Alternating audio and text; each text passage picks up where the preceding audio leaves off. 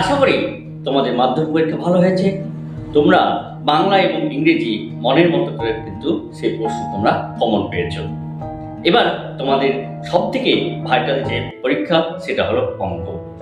অঙ্কের আগে তোমরা জানো যে তোমাদের প্রায় 3 দিন কিন্তু ছুটি আছে। এই 3 দিন তুমি কিভাবে প্র্যাকটিস করবে, কিভাবে তুমি 90 পাওয়ার মতো একটা প্রিপারেশন নিয়ে তুমি পরীক্ষা দিতে যাবে, আজকে সেটাই নিয়ে কিন্তু আমরা আলোচনা করব। এই সময়ের মধ্যে তোমার কিন্তু পুরো বইটা প্র্যাকটিস করা প্রায় অসম্ভব। প্র্যাকটিস করতে গেলে তুমি কিন্তু সে সময় কিন্তু পাবে না, কারণ তোমার হাতে খুব কম সময়। এই কম সময়ের মধ্যে তোমাকে কিন্তু পুরো বইটা কিন্তু একবার দেখে নিতে হবে। তার সঙ্গে সঙ্গে তোমাকে মডেল কোশ্চেন, সঙ্গে সঙ্গে তোমার প্রিভিয়াস ইয়ারের যে কোশ্চেন সবগুলোই কিন্তু তোমাকে কিন্তু দেখে যেতে হবে। তাহলে আমরা কিভাবে এইভাবে এই জিনিসটাকে আমরা নিজের মতো করে প্রিপারেশন করতে পারি।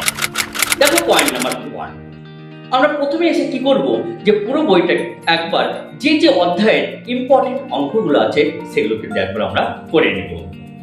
তুমি ততক্ষণ পর্যন্ত ঘুমাবে না যতক্ষণ পর্যন্ত তোমার পুরো বইটা তুমি প্র্যাকটিস করতে পারছো।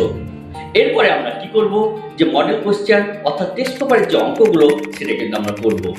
তোমরা জানো যে প্রত্যেকটা টেস্ট পেপারে কিন্তু 10টা থেকে 12টা কিন্তু তোমার চ্যাপ্টার থাকে। তুমি 10টা থেকে 12টা তুমি মডেল কোশ্চেন পেপার বা টেস্ট পেপার তুমি ভালো করে প্র্যাকটিস করে যাও, তাহলে দেখবে ওখান থেকে তুমি অনেক কিন্তু কনফিডেন্স পাবে। এবার তুমি কি করবে, প্রিভিয়াস ইয়ারের যে অঙ্কগুলো সেগুলো সলভ করো। তুমি এই প্রিভিয়াস ইয়ারের সলভ ততক্ষণ পর্যন্ত তুমি থামবে না যতক্ষণ পর্যন্ত তোমার এই সলভ না হয়। তাই সলভ করো এবং দেখবে এখান থেকে তুমি কিন্তু ম্যাক্সিমাম অঙ্ক কিন্তু তোমরা কমন পাবে। তুমি দেখো, কোনো প্যানিক করবে না, কোনো টেনশন করবে না, কারণ টেনশন করলে বা প্যানিক করলে তোমার কিন্তু ব্রেন সেটা কিন্তু ভালো মতো নিবে না। অর্থাৎ তুমি যে পরীক্ষার জন্য যে নাম্বারের জন্য তুমি আশা করেছিলে সেই আশাটা কিন্তু তোমার একদম কি হবে, বৃথা যাবে। তাই তুমি কোনো টেনশন বা কোনো প্যানিক করবে না। হ্যাঁ, তোমাকে প্রেশার নিতে হবে, কিন্তু টেনশন বা প্যানিক করা চলবে না।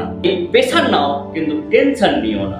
এই যে 90 পাওয়ার যে সামরি, সেই সামরিটা হলো যে পরীক্ষার আসার পরে তুমি ভালো করে বইটা প্র্যাকটিস করো, তারপর তুমি মডেল কোশ্চেন পেপার, তারপর তুমি বইতে ইম্পর্টেন্ট অঙ্ক সেগুলো ভালো করে প্র্যাকটিস করো এবং শেষে তুমি প্রিভিয়াস ইয়ারের কোশ্চেনগুলো কিন্তু সলভ করো।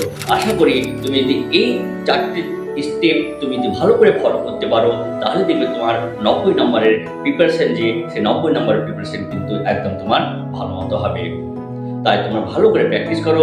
তোমাদের হাতে যে সময় আছে সেই সময়টা কিন্তু তুমি কাজে লাগাও, কিন্তু এরপরে কিন্তু তুমি আর সময় কিন্তু পাবে না।